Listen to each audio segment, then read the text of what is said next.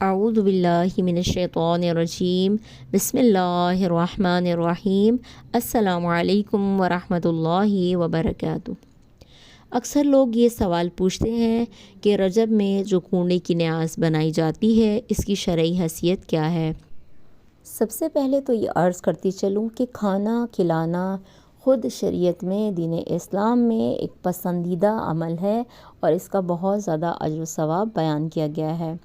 اور اگر بات کی جائے کہ رجب المرجب میں کنڈے کی نیاز کے حوالے سے، تو اگر اس کے حوالے سے یہ کہا جائے کہ کسی امام علیہ السلام نے اس عمل کو انجام دیا ہے یا تاکید کی ہے تو ایسا نہیں ہے،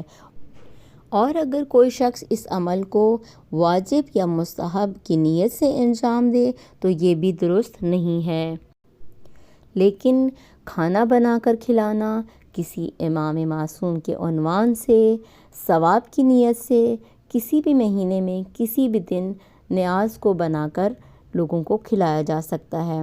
اب یہاں پر لوگ ایک اور سوال کرتے ہیں، وہ یہ ہے کہ لوگ یہ کہتے ہیں کہ آیا لوگ جو ہیں وہ ایک خاص قسم کی نیاز ہی بناتے ہیں اور اس کو رجب کے مہینے میں ہی تقسیم کیا جاتا ہے، اور وہ چند مخصوص غذائیں ہی ہوتی ہیں جنہیں تقسیم کیا جاتا ہے؟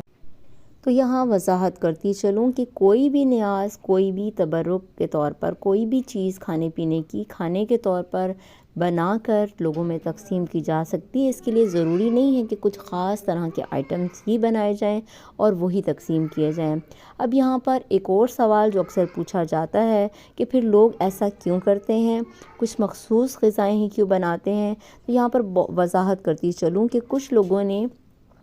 منت مان رکھی ہوتی ہے کہ ہم رجب کے مہینے میں یا کسی بھی مخصوص مہینے میں کسی مخصوص دن میں فلاں طرح کی غذا بنائیں گے اور لوگوں میں تقسیم کریں گے، یا اتنی مقدار میں بنائیں گے، اس تاریخ کو بنائیں گے، مثلاً 22 رجب، تو لوگ پھر وہ 22 رجب کو ہی بناتے ہیں۔ بعض لوگوں نے منت ہر سال کی مانی ہوتی ہے کہ ہم ہر سال یہ